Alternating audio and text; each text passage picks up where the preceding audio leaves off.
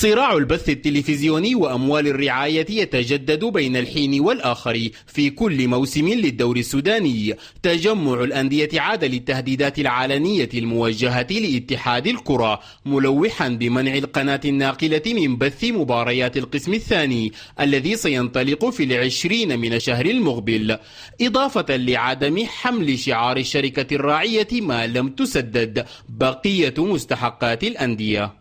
ليس هنالك موارد كبيرة لكثير من الأندية، خاصة الأندية غير الجماهيرية، فهذه مبالغ مستحقة تقارب 200 ألف جنيه من البث والرعاية معا، أو تزيد قليلا عن 200 ألف جنيه. هي أساسا يعني ما بتمثل يعني حاجة كبيرة، يعني ما بتساعد الأندية بنسبة كبيرة من مصروفاتها،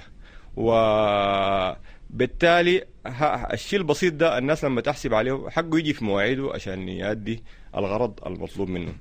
ولكن بالمقابل يقلل مراقبون من شأن تأثير قرارات تجمع الأندية على أساس تراجعه في مرات سابقة عن قرارات مشابهة وقبوله بحلول مؤقتة، كما أن انتقادات عديدة طالت الأندية التي دأبت على التهاون بموضوع حقوقها أمام الاتحاد في كل موسم، علاوة على موقفها الضعيف في الجمعيات العمومية التي تنتخب الاتحاد. كتلة الممتاز للأسف الشديد بتحكم علاقاتها مع الاتحاد العام، ويمكن نقول بصراحة العبارة أنهم علاقتهم على الاتحاد العام مع الاتحاد هم حريصين على أكثر من مصلحتهم وحرصهم على فوائد أنديتهم، وبفتكر ده كلام يعني لا بجيب لا بودي وكل مرة بنسمعه، والدورة الثانية حتبدأ والأندية حتشارك وحيكون في بس للدوري الممتاز.